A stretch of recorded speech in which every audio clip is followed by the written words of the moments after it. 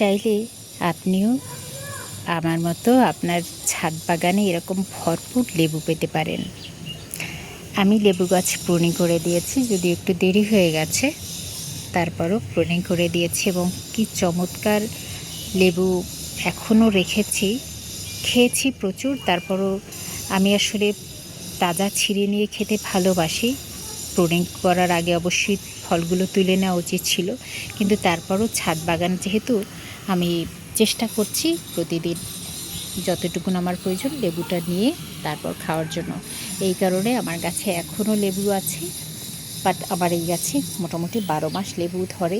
আর এই গাছ দুটো, বিশেষ করে এইটা এবং এটাই, গাছ দুটোকে আমি নিজে কাটিং থেকে চারা করেছি। আলহামদুলিল্লাহ, এখন কেন জানি এনার্জি পাচ্ছি না। তো আজকে আমি আপনাদেরকে বলবো যে ছাদে লেবু গাছ আপনি কিভাবে যত্নাতে করবেন, কিভাবে যত্নাতে করলে প্রতি বছর আপনি চমৎকার কিছু লেবু পেতে পারেন এবং আপনার যে পারিবারিক চাহিদা সেটা আপনি ফুলফিল করতে পারেন। তাহলে চলুন শুরু করি।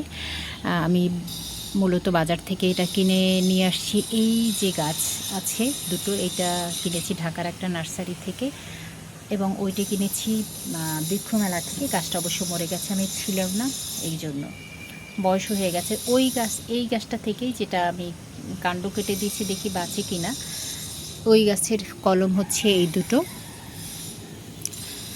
আমি জাস্ট যেটা করেছি, মিডিয়া হিসেবে রেখেছি কোকোপিট। এটা পানি ধরে রাখে, যেহেতু ছাদের বাগানে কোকোপিটটা দিলে ছাদ হালকাও থাকবে, প্লাস হচ্ছে পানি ধরে রাখবে। আর দিয়েছি মাটি, পাতা পচা সার আর গোবর। এটার কোনো রেশিও আমি ওভাবে করিনি, আমার কাছে যা যা আমি অ্যারেঞ্জ করতে পেরেছি সেইগুলো মিশিয়ে দিয়েছি। সাথে কিছুটা মাটিতে চুন দিয়ে দিয়েছি, ফাঙ্গিসাইড দিয়ে দিয়েছি। এর কারণ হচ্ছে মাটিটা জীবাণুমুক্ত করার জন্য লাগিয়ে দিলাম। লাগিয়ে দেওয়ার পর যেটা হলো, লেবু গাছের জন্য এরকম পট যথেষ্ট, খুব বেশি বড় পট থাকলে আপনি দিতে পারেন, তবে এটাতেও কিন্তু বেশ ভালো লেবু আসছে।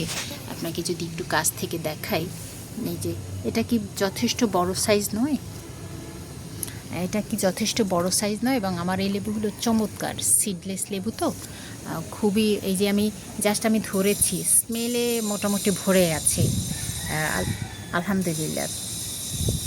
তো আর প্রতি বছর আপনাকে গাছটা প্রুনিং করে দিতে হবে, লম্বা লম্বা ডালগুলি কেটে দিতে হবে। কেটে দিলে যেটা হবে যে লেবু গাছ কিন্তু পুরনো ডালে কখনো লেবু আসে না, সবসময় নতুন ডালে নতুন কুঁড়ি আসবে, ফুল আসবে, তো সেখান থেকে ফল হবে। এই কারণে লেবু গাছকে প্রুনিং করে দিয়েছি। প্রুনিং করে দেখুন, আমি এখান থেকে প্রুনিং করে দিয়েছি, এখানে কিন্তু চমৎকার লেবুর ব্রাঞ্চ বেরিয়েছে এবং প্রত্যেকটা এই যে লেবুর কাটা আছে ওখান থেকে কিন্তু লেবু গাছের ব্রাঞ্চ বের হবে। আমি যদি এইটাকে দেখাই, দেখুন, একটা ডালে ছিল লম্বা, আমি কেটে দিয়েছি, কিন্তু এখান থেকে কতগুলো ব্রাঞ্চ বেরিয়েছে। প্রুনিং করাটা জরুরি। আমার এই গাছে যে ওই লেবু ধরে আছে, ওই যে ছোট্ট লেবু আসছে, এবং ইনশাল্লাহ আবার দেখবেন আমার গাছ এখন হয়তো একেবারে কিছুটা উদাম লাগছে, কিন্তু আবার সে ফুলে ফলেও ভরে যাবে ইনশাল্লাহ। আমি বিশ্বাস করি আল্লাহ চাইলে সবই সম্ভব। আর খাবার কী দেই লেবু গাছের, খুব একটা ব্যাপার খেয়াল রাখতে হবে যে লেবু গাছ কিন্তু খুব একটা পানি পছন্দ করে না। একে যে একদম প্রতিদিন আপনার পানি দিতে হবে সেটা না, আপনি পানি প্রতিদিন নাও দিতে পারেন, তবে অবশ্যই মাটিটা যদি কিছুটা আর্দ্রতা বজায় থাকে তাহলে পানি না দেয় ভালো। আর যদি আর্দ্রতা যদি কমে যায় তখনই আপনি কেবল পানি দেবেন। আর পানি দিবেন এমনভাবে যেন ড্রেনেজ সিস্টেম তো অবশ্যই ভালো থাকতে হবে, পানি নর্মালি যেন পড়ে না যায়, অর্থাৎ তাহলে তো সারটা ধুয়ে গেল। ছাদের গাছে এই ব্যাপারটা খুব লক্ষণীয়।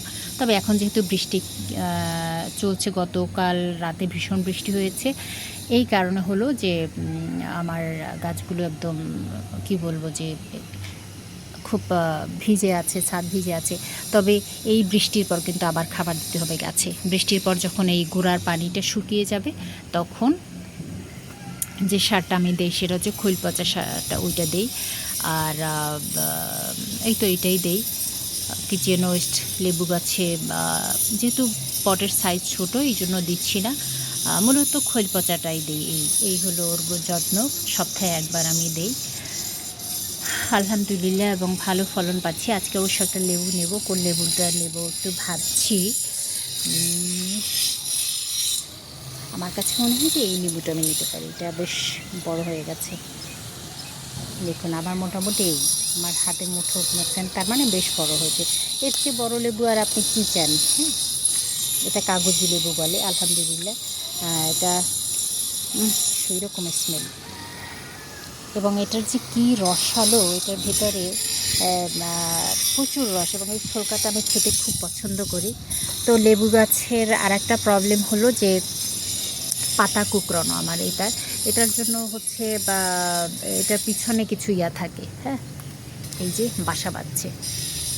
তো এটার জন্য সবচেয়ে ভালো হলো, অর্গানিক উপায় হলো, আমি যেটা করি, আমি যে দিতে পারিনি এই জন্য এরকমটা হলো, ডিটারজেন্ট, হ্যান্ড ওয়াশ, হলুদ, এটা গুলিয়ে আপনি স্প্রে করে দিবেন, দেখবেন পিঁপড়ার কিংবা অন্যান্য প্রবলেম যেটা আছে ওটা কিন্তু একদমই থাকবে না। এটা করলে যেটা হবে যে তারপর আপনি ওয়াশ করে সুন্দর মতো খাবারটা এই ফলটা খেতে পারলেন। আর নিয়মিত পরিচর্যা করুন, দেখবেন গাছ আপনাকে ভালোবাসতে শুরু করে দিয়েছে। যারা গাছের ভালোবাসা চান, গাছ লাগান এখনই। এবং মানুষ যেমন বলে না, বই যদি কারো বন্ধু হয়, তার কোনো বন্ধুর প্রয়োজন হয় না, এবং বই কখনো শত্রু হয় না। আমি বলি গাছও কখনো শত্রু হয় না। বই, যে কোনো বই আপনি পড়লে আপনার ব্রেনটাকে রিচ করতে পারেন, আর গাছকে পরিচর্যা করলে আপনি আপনার ব্রেনকে রিচ করতে পারেন। আপনি আপনার কী বলবো, ফিজিক্যালি আপনি রিচ হতে পারেন, ফিনান্সিয়ালি আপনি রিচ হতে পারেন, কত ধরনের কারণ আমি একটা গাছ বড় করতে গেলে এটার জন্য কিন্তু আমার পড়ালেখাও করতে হয়, হ্যাঁ। আর কীভাবে, আমি তো বললাম যে খুব সহজে, এইটা আয়ত্ত করতে আমার খুব কষ্ট হয়েছে। ইউটিউব ঘেটে, গুগল ঘেটে বের করতে হয়েছে। এখন হয়তো আমার ছাদ ভর্তি গাছ, কিন্তু এটার পেছনে যে কত কী করতে হয়েছে উপরওয়ালা ভালো জানেন আর কি। তো আমার কিন্তু পড়ালেখাটাও হচ্ছে, দেন আমি এখান থেকে এই যে লেবু নিয়ে এটা খাবো এখন, এটা আমি পেলাম। আমি যে এই বসে বসে বকর বকর করতেছি, এই যে আমার কি বলবো, এটা আমার একটা ভালো লাগার কাজ। আর যেমন কি বলবো, যে আমি অক্সিজেন পাচ্ছি, গ্লোবাল ওয়ার্মিংয়ে নিশ্চয়ই আমার খুব অতি ক্ষুদ্র হলে একটু ভূমিকা আছে, এবং আমি চেষ্টা করছি, আমি কায়িক পরিশ্রম করছি, ফিজিক্যালি আমি ফিট থাকতে পারছি আলহামদুলিল্লাহ। এর চেয়ে আর কি চাই, তাই না? তো গাছ লাগান, ওই যে একটা স্লোগান আছে না, গাছ লাগান পরিবেশ বাঁচান। আমি বলবো যে গাছ লাগান, আপনি নিজেকে বাঁচান, ভালো থাকুন। এবং গাছ হচ্ছে সবচেয়ে বড় সাইকিয়াট্রিস্ট, সত্যি কথা।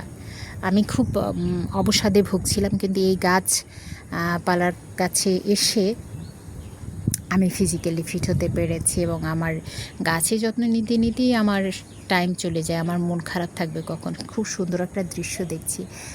আমি জানি না ক্যামেরাতে আসবে কি না, যে চাঁদ দেখা যাচ্ছে। হ্যাঁ, একটু জুম করে দেখাই, ওই যে চাঁদ দেখা যাচ্ছে। এখন কিন্তু 6:45 মতো বাজে, সকাল। সূর্য ওঠে 5:14-তে।